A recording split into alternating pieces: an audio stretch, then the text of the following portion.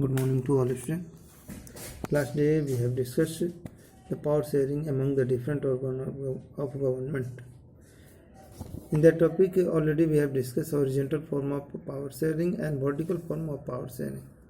In horizontal form of power sharing, the organ of government has been divided into three parts: legislature, executive and judiciary. All are independent to one another, but all can interfere in the work of one another. If any organ do work against the constitution, in that condition any organ interfere in the work of another. In horizontal form of power sharing. In vertical form of power sharing, next point है, इसमें जो भी ministers and government official जो भी होते हैं वो are the responsible किसके प्रति होते हैं? फॉर द पार्लियामेंट, पार्लियामेंट के प्रति रिस्पॉन्सिबल होते हैं. Vertical form of power sharing. In this division of power sharing, power has been divided into some organs, union government, state government and local government. Union government that is called the central government, state government राज्य सरकार and local government panchayati सरकार और municipality. Such type of government is such type of power sharing is called vertical power sharing. Third है among the different social group, among the different social group power share. इसमें है among the different social group. इसमें ऊपर देखो यहाँ पर दिया हुआ है बेल्जियम और श्रीलंका के बारे में दिया है. जो पावर का डिवीजन हो गया, जैसे बेल्जियम में पावर का डिवीजन हो गया सेंट्रल गवर्नमेंट और स्टेट गवर्नमेंट, तो उस जहाँ पर पावर का डिवीजन हो गया किसी भी गवर्नमेंट में, जब पावर का डिवीजन हो गया, बंटवारा हो गया, कई पार्टों में बट गया, या तो वर्टिकल फॉर्म में या हॉरिजॉन्टल फॉर्म में, इन that condition that type of government is called federal government या फेडरल डिवीजन ऑफ पावर उसको कहा जाता है, जो कि फेडरलिज्म आगे चल करके एक लेसन है पढ़ना है. इसके बाद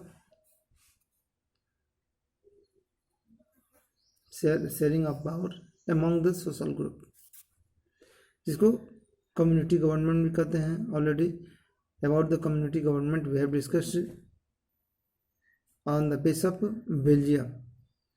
इन our country a communal based government has not been established, but which community who feel oneself I am deprived from the many political right, many type of government facilities which have been provided to many people, citizen of this country. हम लोग उन अधिकारों से, उन सुविधाओं से वंचित हैं, तो उनको सामाजिक स्तर पर ऊपर उठाने के लिए, to high up the social status and to participation of the those people who understand I am deprived from that right. तो वह लोग जो अपने आप को सामाजिक रूप से अभिवंचित समझते हैं, उन लोगों को सरकार में भागीदारी देने के लिए गवर्नमेंट ने अपने यहाँ उन लोगों को रिजर्वेशन फैसिलिटीज़ प्रोवाइड की है. जैसे SC ST OBC लोगों को रिजर्वेशन प्रोवाइड की है. क्यों? कि उनका सोशल स्टेटस ऊपर हो, वह समाज के मुख्य धारा से जुड़े, वह अपने सभी अधिकारों, क्योंकि डेमोक्रेसी तभी सक्सेसफुल होगी जब ऑल पीपल इंडिपेंडेंट फॉर्म में पार्टिसिपेट करेंगे.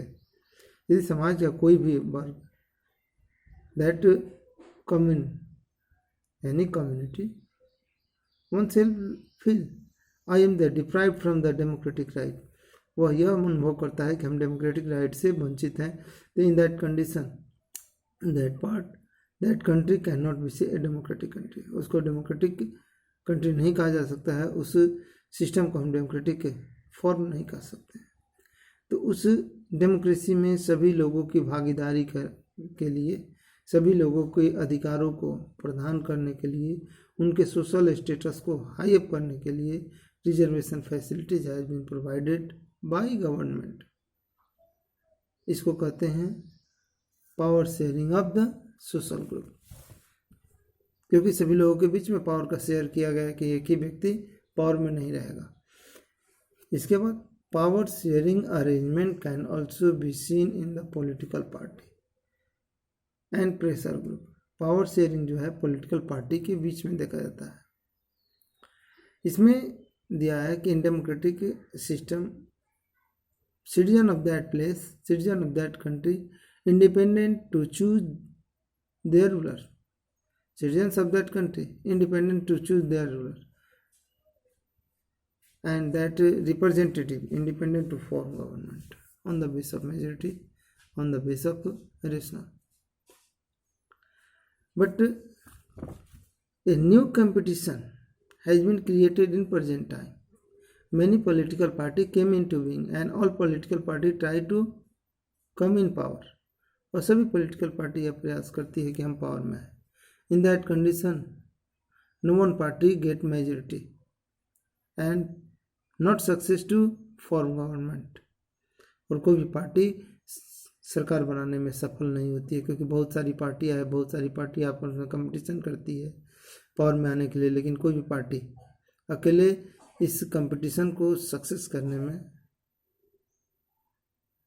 सफल नहीं होती है। तो इस कंडीशन में क्या होता है कि दो या दो से अधिक पार्टियां, टू और more than two party form a alliance बनाती है। किस लिए? To participate in election and to win election. Election को जीतने के लिए अलायंस बनाती है और इलेक्शन को जीतती है ऑन द डिफरेंट आइडियोलॉजी के आधार पर। जैसे भाजपा है, एनपीए बनाई है, कांग्रेस है, यूपीए बनाई है, दोनों की अलग अलग आइडियोलॉजी है, उनका अलग अलग सिद्धांत है और अलग अलग सिद्धांतों के आधार पर लोग फेवर करते हैं दोनों पार्टियों का। तो दोनों पार्टियां अपना अलायंस बनाई है। भाजपा में बहुत सारी पार्टियां हैं और उसमें भी बहुत सारी पार्टियां हैं। तो आइडियोलॉजी के आधार पर लोग या पार्टियां एक दूसरे से जुड़ी हुई है और अलायंस बना करके अपना जीतती है। यदि alliance success after the election, यदि वह अलायंस इलेक्शन के बाद सक्सेस होता है तो all those party make a coalition government, और वह सभी पार्टियां जो है मिल करके एक कोएलिजन गवर्नमेंट बनाती है जिसको गठबंधन सरकार कहते हैं। कोएलिजन, गठबंधन सरकार, यानी कई पार्टियां मिल करके जब कोई सरकार बनाती है, many other party come together and a for many other party come together to form a government. In that condition, उस कंडीशन में the type of government is called coalition government. जब बहुत सारी पार्टियां एक साथ आती है और कोई सरकार बनाती है तो उस कंडीशन में उस सरकार को क्या कहते हैं? कोएलिजन गवर्नमेंट कहते हैं। जब बहुत सारी पार्टियां एक साथ मिलकर के किसी चुनाव को जीतने का प्रयास करती है on the base of ideology, अपने सिद्धांतों के आधार पर, तो उसको अलायंस कहते हैं। इसके बाद बहुत सारे रिलीजियस, ट्रेडर, बिजनेसमैन अपना एक ग्रुप बनाते हैं और वह प्रेशर ग्रुप जो होता है, वह ग्रुप जो होता है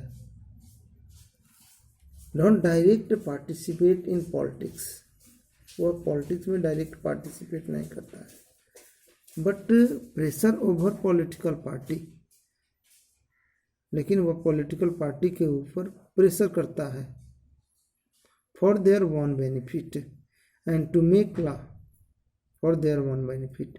और पॉलिटिकल पार्टी के ऊपर वह प्रेशर करता है कि वह हमारे फेवर में कानून बनाए, वह बिजनेस ग्रुप का हो या फार्मर्स का हो या ट्रेडर्स का हो या रिलीजियस किसी ग्रुप का हो। In that condition pressure groups are created and pressure group force over political party to make law in favour of that pressure group. Pressure group के इन फेवर में कानून बनाए या प्रेशर, जैसे कि किसानों का किसान दल बहुत जगहों पर है, किसान कम्युनिटी, या रिलीजियस फॉर्म में आरएसएस कह सकते हो, जैसे कि वो पॉलिटिकल पार्टी नहीं है लेकिन वह किसी अदर पॉलिटिकल पार्टी के ऊपर प्रेशर बनाती है and force over them to make law in favour of that community, उस कम्युनिटी के फेवर में कानून बनाए। This type of organisation are called pressure group. इसके बारे में और डिटेल्स आगे दिया हुआ बुक में डिस्कशन किया जाएगा। Okay, thanks for